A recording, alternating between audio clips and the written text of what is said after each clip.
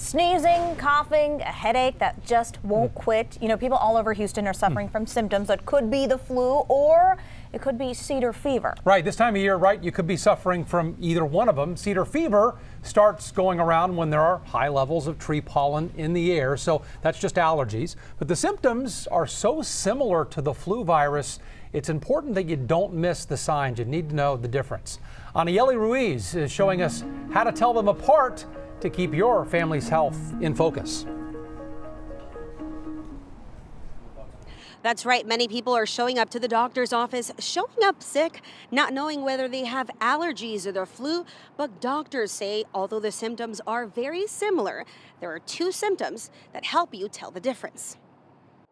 Texas winters are mild, but that doesn't stop many from getting sick and showing up at a hospital. Yeah, we do see that quite a bit. So, you know, people have runny nose and they've got a lot of congestion and it's been lasting for several days. And they'll come in and they'll say, hey, I think I have a flu or the cold. And then you kind of get some history. And although the flu season is in full swing, so is the allergy season. Right now, there's a lot of mountain cedar pollen in the air.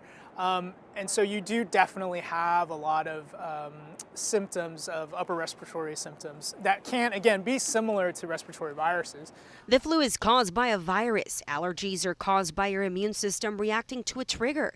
And although the symptoms are similar, doctors look for two specific things that help them tell the difference. And the two things that we look for as providers when we see patients is the history of fever and then muscle aches.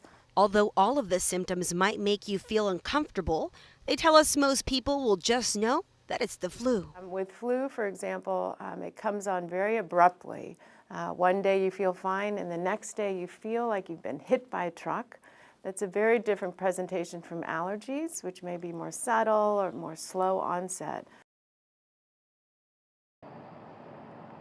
Now, if you're still not sure if you have the flu or not, you can always go to your primary doctor and get tested for the flu. Also, doctors want to remind everyone it's not too late to get your flu shot.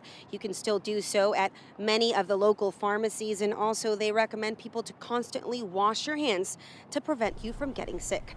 Live in the medical center, Anayeli Ruiz, KHOU 11 News. All good tips there. Thank you so much, Anayeli.